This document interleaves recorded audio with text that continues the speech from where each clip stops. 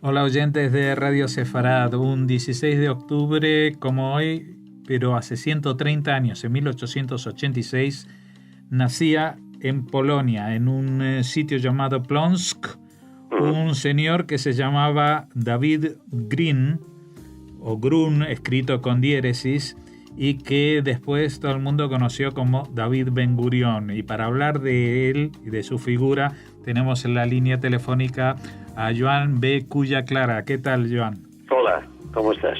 Bueno, me imagino que para alguien que estudia algo relativo a la historia del moderno Estado de Israel, Ben Gurión es como el ABC, ¿no? El principio de todo. Sin duda. Evidentemente, a ver, yo, digamos, no soy, simplemente por edad, no por generación profesional, ya no he alcanzado los tiempos de la historia construida a base solo de grandes figuras, de grandes hombres en general. Había alguna mujer, ¿no? Pero ya eso ya no corresponde a mi época de formación universitaria ni de ejercicio profesional, ¿no?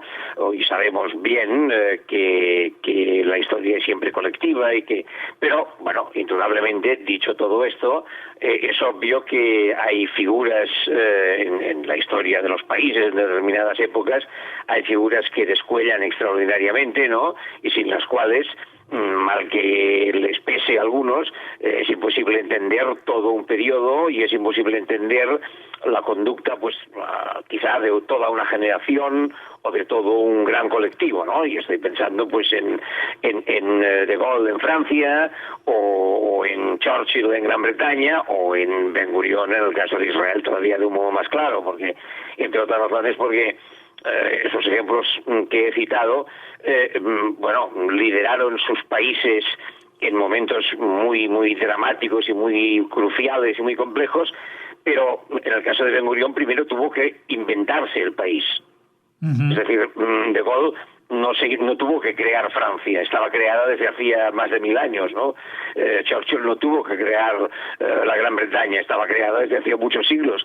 Ben Gurión, por decirlo así, es evidente que no fue una tarea suya personal, pero tuvo un papel fundamental, primero como constructor de una sociedad judía, una nueva sociedad judía en Palestina, y luego como constructor de un Estado, ¿no?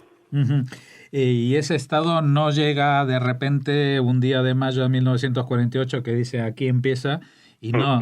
Para llegar a esa situación, Ben Gurión trabajó durante muchos años, ¿no? Evidentemente. Ben Gurión pertenece podríamos decir, la primera generación de pioneros, ¿no? Es decir, responde perfectamente a la imagen, a la ficha ideal, al modelo, digamos, de esos jóvenes judíos procedentes fundamentalmente de la Europa del Este, ¿no? Del entonces Imperio Ruso, que comprendía Polonia o gran parte de Polonia, en fin, Balcanes, etcétera. Tocados por la idea sionista desde muy jóvenes, ¿no? Y que a principios del siglo XX protagonizan las primeras Aliyot, las primeras, muy modestas por otra parte desde el punto de vista numérico, oleadas, y cuando digo oleadas subrayo el tamaño modesto, ¿no? Las primeras oleadas de inmigración, digamos, políticamente motivada de judíos europeos, más que inmigración yo quizá diría de trasplante, ¿no? De judíos europeos del este a una Palestina en aquel momento francamente inhóspita y poco acogedora desde todos los puntos de vista, pero que van ahí, aún a pesar de la dureza del clima, de la dureza del trabajo, de las difíciles condiciones en todos sentidos, van ahí imbuidos de una visión, ¿no? De una visión colectiva, pero colectiva de unos pocos miles de jóvenes, tampoco de tanta gente, ¿no? Que es levantar en la vieja tierra santa primero unas estructuras sociales, económicas, etcétera, y más adelante unas estructuras políticas que permitan crear un hogar judío, una patria judía ahí, ¿no? Entonces, en el caso específico de Ben Gurión, rápidamente, supongo que por dotes, aptitudes naturales, de liderazgo, etcétera, pues muy pronto después de su desembarco en Palestina, empieza a ocupar, digamos ya, modestos cargos de responsabilidad dentro de las modestas estructuras sindicales, políticas, etcétera, que los judíos de Palestina empiezan, el Yishub empieza a crear. Y ya después de la Gran Guerra, después de, es decir, a principios de los años 20, ya es una figura destacada de esa incipiente estructura sociopolítica que, en fin, que la historiografía hebrea llama Yishub, y que a partir del 48 será la sociedad israelí, el Estado israelí, ¿no? Uh-huh. De manera que sí, él, ya digo, no solo, evidentemente, esa no era una tarea para un individuo, ¿no? Pero rápidamente juega un papel destacado, dirigente, y desde mediados de los años 30, cuando esa sociedad, ese Yishub ya suma pues cerca de 500.000 de individuos y ya tiene unas estructuras, ya tiene una universidad y tiene periódicos y tiene por supuesto partidos y sindicatos y tantas otras cosas, de ese protoestado, digamos, Ben Gurión desde mediados de los años 30 ya se convierte un poco en el líder político, en el principal líder político, ¿no? En el digamos pseudo primer ministro de ese proto-estado israelí, ¿no? Uh-huh. Y por tanto se ocupa de sobre todo de los temas que yo creo que, bueno, muchos temas le apasionaron, pero los temas digamos, de relaciones exteriores, de diplomacia, digamos, los temas de defensa, pero siempre teniendo esa otra faceta que le caracteriza mucho, esa faceta, digamos, de intelectual, ¿no? Esa faceta de hombre bastante cultivado, muy leído. Yo en una ocasión tuve la oportunidad de visitar un poco por azar su casa de Tel Aviv, la casa hoy convertida en museo, y me impresionó en la planta superior de la casa la biblioteca.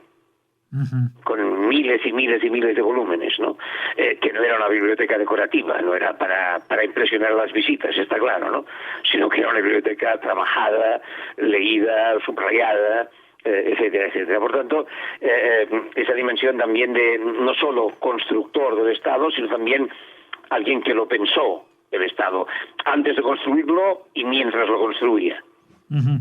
Sí, pero a diferencia de los intelectuales que lo hacían desde los congresos sionistas, él estuvo allí, se fue en 1909 a vivir a esa Palestina otomana, con 20 años de edad. Ahí estuvo funcionando en muchas instituciones que tú mencionabas. Hay algo que aparece en la biografía que me llamó mucho la atención, que a raíz de la rebelión de los jóvenes turcos de 1908, pues él ve como una modernización en Turquía y va a estudiar leyes a Estambul. Sí. A Estambul, y para eso primero va y estudia turco. Vamos a ver, él era un ruso que tuvo que aprender hebreo para estar en Israel. Yo te digo que él desde muy pronto, apenas desde su llegada, desde su desembarco en Palestina, tuvo algunos comportamientos que no eran comunes en esa generación de pioneros, ¿no? Que en general hicieron cosas sorprendentes, ¿no? E impresionantes, ¿no? Pasar de un clima, digamos, frío, de largos inviernos como era el de Rusia o el de Polonia, a un clima subtropical como el de Palestina, pasar de ser, digamos, estudiantes, gente de gafas y de pluma, a tirar de pico y pala y tratar de trabajar la tierra, porque había esa dimensión, digamos, de no solo de retorno al país, sino de retorno a la tierra en el sentido físico, ¿no? Retorno a la agricultura como una forma de normalización del pueblo judío, ¿no? Bueno, en fin. Entonces él tuvo esa singularidad, que supongo que es lo que explica finalmente su liderazgo, ¿no? bueno, pues eso, por ejemplo, eso que tú apuntabas ahora, ¿no? Que bueno, esto de momento es un territorio otomano, no sabemos por cuánto tiempo lo seguirá siendo. Si hablo el idioma del poder, pues seguramente lo tendré un poco más fácil. Si conozco las leyes otomanas vigentes, seguramente, aunque sea para poder burlarlas o esquivarlas, pues estaré mejor preparado que si no tengo ni idea, en fin, etcétera, ¿no? Bueno, luego lo que pasó es que el Imperio Otomano fue desintegrado después de la Primera Guerra Mundial en 1918, pasaron a manos del mandato británico y ahí él siguió ejerciendo esta labor de liderazgo, especialmente a través de la Histadrut, de la Central Obrera, ¿no? Sindicato, sí. El sindicato. Y bueno, claro, perdón, dime. No, y también ejerciendo el liderazgo de los grupos militares o milicias, mejor dicho, que se estaban formando para la autodefensa. Sí. Pero claro, a todo esto, cuando llega la Segunda Guerra Mundial, él tiene que optar, estaba en la lucha contra el mandato británico, contra los ingleses, y en un momento dado pronuncia una frase muy conocida que es que los sionistas tenían que combatir contra los nazis como si no existiera el libro blanco de los ingleses. La frase, al menos la frase tal como se le atribuye, es: lucharemos contra Hitler como si no existiera el libro blanco y lucharemos contra el libro blanco como si no existiera Hitler. Pero yo siempre digo, cuando explico esto, era más fácil olvidarse de que existía el libro blanco que olvidarse de que existía Hitler, sí, francamente. Bueno. En 1939 me parece que no ofrece ninguna duda eso.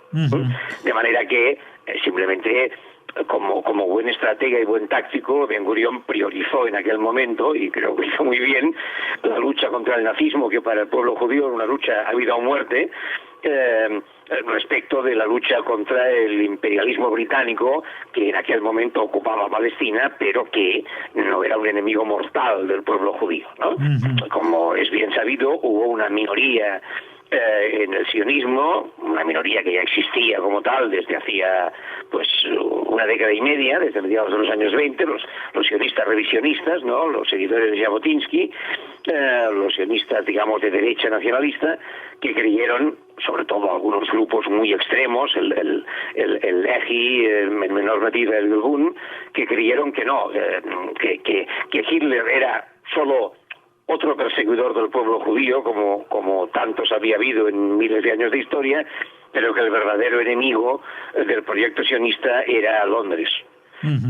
Bueno, me parece bastante evidente que eso era una percepción errónea de las cosas, y que quien tuvo la percepción correcta y supo, digamos, gestionar la estrategia y la táctica en beneficio de la causa sionista fue Ben Gurión, ¿no?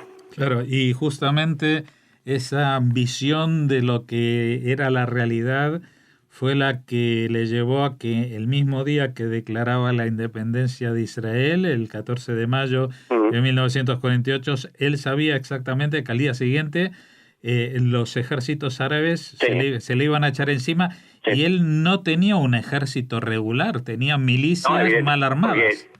Porque hasta aquel momento no existía un Estado israelí regular, y por tanto, si no hay un Estado, no puede tener un ejército. Si no hay un Estado internacionalmente reconocido, no puede tener un ejército convencional, ¿no?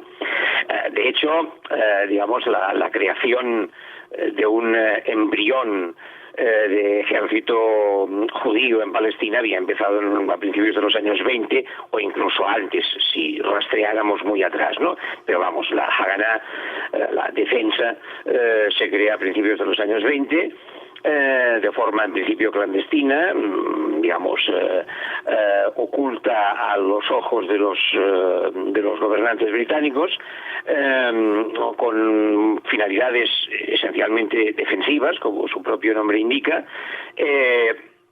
Sobre todo será en los años 30 cuando la Haganah alcanzará un desarrollo considerable. En los años 20 es todavía una milicia muy embrionaria, muy, vamos, nada profesionalizada, ¿no? Pero en los años 30, sobre todo a partir del 36, a partir del estallido de la llamada Gran Revuelta Árabe, se convierte ya en un esbozo de ejército. Incluso del 36 en adelante las autoridades británicas no solo no persiguen la existencia de esa milicia, sino que en cierto modo la apoyan en la medida en que hay un enemigo común, que es la revuelta árabe, ¿no? Y por tanto hay alguna figura bien conocida, supongo, ¿no? Al menos de los oyentes de Radio Sefarad, el oficial británico escocés, para ser exactos, el capitán Orde Wingate, un sionista cristiano, para entendernos, ¿no? Es decir, un protestante escocés absolutamente empapado de la Biblia y por tanto, digamos, enamorado del pueblo judío, que al fin y al cabo es el protagonista de la Biblia, ¿verdad? Que llega destinado a Palestina y al que sus superiores le permiten que asesore a la Haganah, a la milicia judía, para convertirla en algo parecido a un ejército profesional, aunque a pequeña escala, es decir, con unos cuadros, bueno, entre ellos Moshe Dayan, etcétera, ¿no? Con unos cuadros formados no en una academia, pero sí, digamos, instruidos por oficiales de carrera británicos como Wingate, y eso va dándole a la Haganah una consistencia que no tenía previamente, ¿no? De manera que, bueno, y luego, claro, sí, efectivamente, el 15 de mayo del 48 los ejércitos árabes invaden Palestina, pero ya hacía unos cuantos meses, desde diciembre anterior, que había una guerra en Palestina. Una guerra, digamos, informal, si se me permite la expresión, una guerra no declarada, ¿no? Pero una guerra entre, por un lado, la Haganah y los otros grupos armados judíos, el Irgun, etcétera, y por otro lado, diversos grupos armados árabes, formados no tanto por palestinos también, pero sobre todo por árabes voluntarios, venidos de Siria, de Irak, de Transjordania, etcétera. Por tanto, el 15 de mayo del 48 lo que hay es simplemente un salto cualitativo, ¿no? Es decir, se pasa de una guerra irregular, civil, si se quiere, ¿no? Entre milicias, a una guerra convencional entre lo que ya es formalmente, al menos en teoría, el ejército del Estado de Israel, aunque de momento sigue siendo básicamente siguen siendo unas milicias, y los ejércitos regulares de Líbano, Siria, Transjordania, Irak, Egipto, ¿no? Al mismo tiempo, como es también bien sabido, la Haganah o el ahora Tzahal, ¿no? El ejército israelí, empieza a recibir armas compradas en el extranjero y transportadas burlando el embargo, armas sobre todo de Europa del Este, armas checas fundamentalmente, lo cual va convirtiendo en unos meses, a lo largo de las primeras etapas de la guerra de independencia, va convirtiendo a las milicias en un ejército de verdad, ¿no? Uh-huh. Bueno, y cuando todavía no se había acabado esa guerra, en enero de 1949 tuvieron lugar las primeras elecciones al Parlamento israelí, la Knesset, y en ellas Ben Gurión, que evidentemente era el líder, pues salió electo como primer ministro, y al mando del Partido Laborista, que ganó 46 escaños de los 120. Y estuvo mucho tiempo en el gobierno, porque si bien tuvo una época en que tuvo un lapso en el año 54, creo que fue, ¿no? Sí. Pero estuvo gobernando... 53. En el 53. Sí. Pues estuvo gobernando desde el año 48 hasta el año 63. Sí, bueno, claro, digamos... En el caso de Israel, como por otra parte ha ocurrido en muchos otros países, digamos, hijos de la descolonización, Israel, de hecho, podríamos situarlo en ese marco histórico, ¿no? Hijos de un movimiento de liberación nacional, al fin y al cabo el sionismo es eso, ¿no? Pues ha ocurrido muy a menudo en Asia, en África, que, digamos, el padre fundador, es decir, la figura que lideró el acceso a la independencia, se convirtiese en una figura, digamos, que gobernó después de la independencia durante mucho tiempo, durante bastante tiempo, ¿no? La diferencia es que mientras en muchos países africanos o asiáticos ese padre fundador, por llamarlo así, se instaló en el poder y lo retuvo el poder por métodos no democráticos, es decir, organizando alguna forma de dictadura o de autocracia. En el caso de Israel no. Hubo elecciones puntualmente cada 4 años y la Knesset tuvo composiciones distintas y por tanto Ben-Gurión revalidó varias veces su mandato inicial en las urnas, ¿no? Y podríamos decir, si finalmente abandonó el poder, aparte de por el factor edad, ¿no?, fue más que nada por problemas internos en su partido. No tanto por un rechazo masivo del electorado, sino por problemas internos en su partido, ¿no? Hasta el punto de que, como es sabido también, los últimos años de su trayectoria política, Ben-Gurión ya no militaba en el partido, en el Mapai, ¿no?, que era el nombre entonces de lo que después sería el Partido Laborista, sino que organizó con un puñado de fieles un partido propio, porque consideró que el Mapai lo había, en fin, marginado, que él había roto con su partido originario de toda la vida, ¿no? El partido que creó se llamaba Rafi y en él le siguieron gente como Moshe Dayan, etcétera, ¿no? Simón Pérez también estuvo. Simón Pérez, efectivamente, sí. Simón Pérez también fue un joven ben-gurionista, por decirlo. Claro, es que sobre todo a la muerte de Ben-Gurión, todos esos hijos pródigos, digamos, regresaron, como era de esperar, a la casa del padre, es decir, al partido del que habían surgido, ¿no? Sí, no, pero estos casos que mencionábamos son también significativos porque Ben-Gurión se volcó más en las juventudes que en la propia estructura de su partido. Eso es lo que le trajo también conflictos, ¿no? Porque no se fiaba tanto de como Moisés en el desierto, de la generación de la generación diaspórica, y más en los jóvenes que habían empezado a surgir justamente a raíz del nacimiento del Estado de Israel. Sí. Y aparte tenía unas visiones y un comportamiento llamativo, porque hay dos casos, por ejemplo, significativos. Uno, que cuando el personaje más importante del país se retira de la política, como mencionamos, en el año 53, pues se va a vivir al punto más desértico de Sde-Boker, un kibutz, que en esa época yo lo conocí 30 años después y todavía seguía siendo un punto en la mitad de la nada, un vergel en la mitad de un desierto, y él allí pues lograba ese clima de ensimismamiento, de estudio, de investigación. Y otra cosa que también recuerdo yo, que mientras estaba vivo en mi infancia, en las imágenes que se veía, que por influencia creo que de Gandhi, pues se hizo adicto al yoga y practicaba unas poses que para alguien de 70 y 80 años, ponerse a hacer el pino, pues resultaba muy llamativo.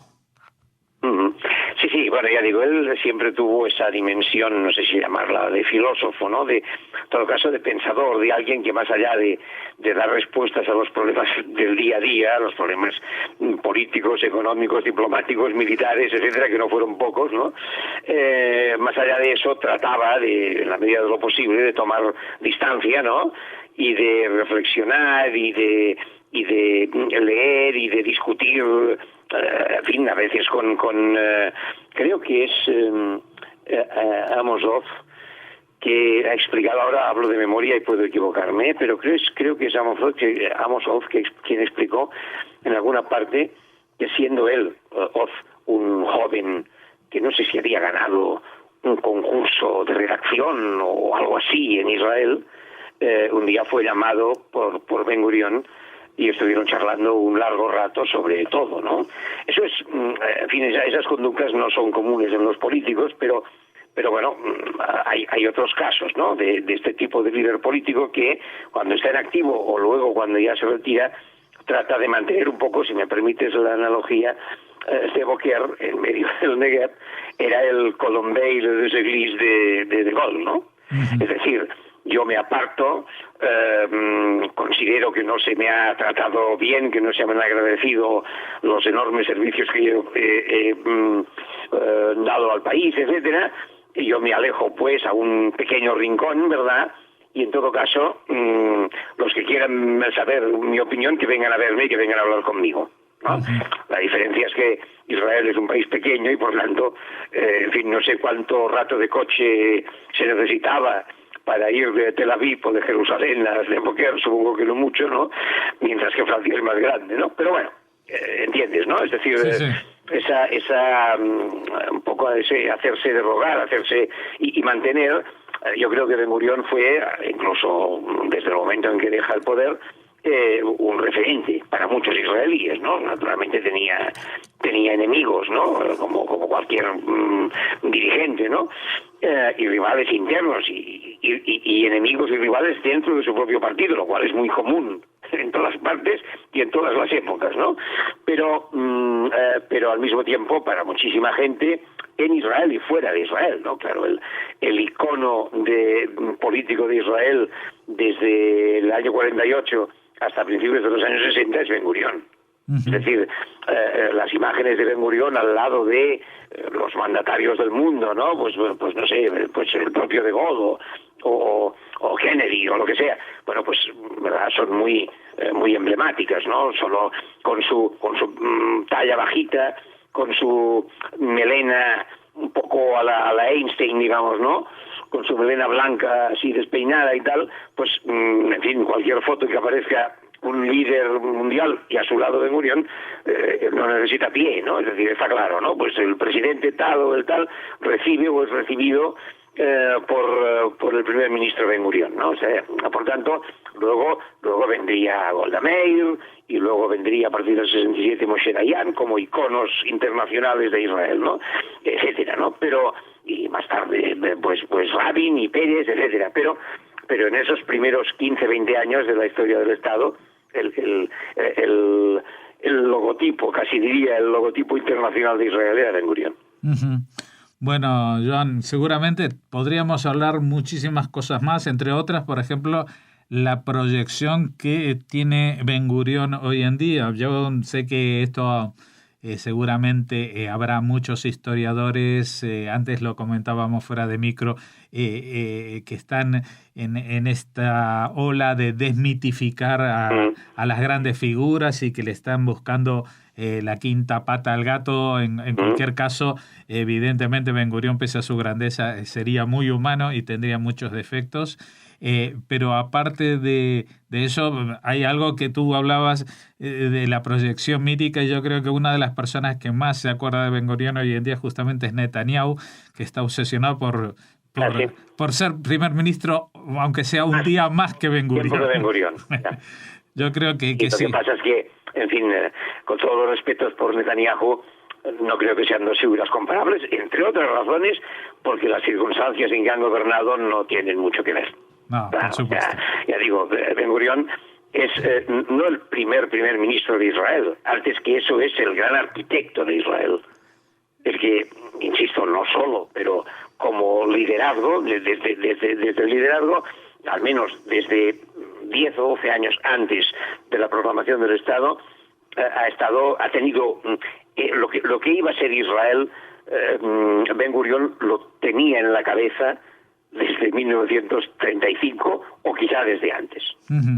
Y eso, naturalmente, ni Netanyahu ni ningún otro líder del tiempo actual no puede decirlo, ¿no? Porque cuando Netanyahu nació, Israel ya estaba hecho.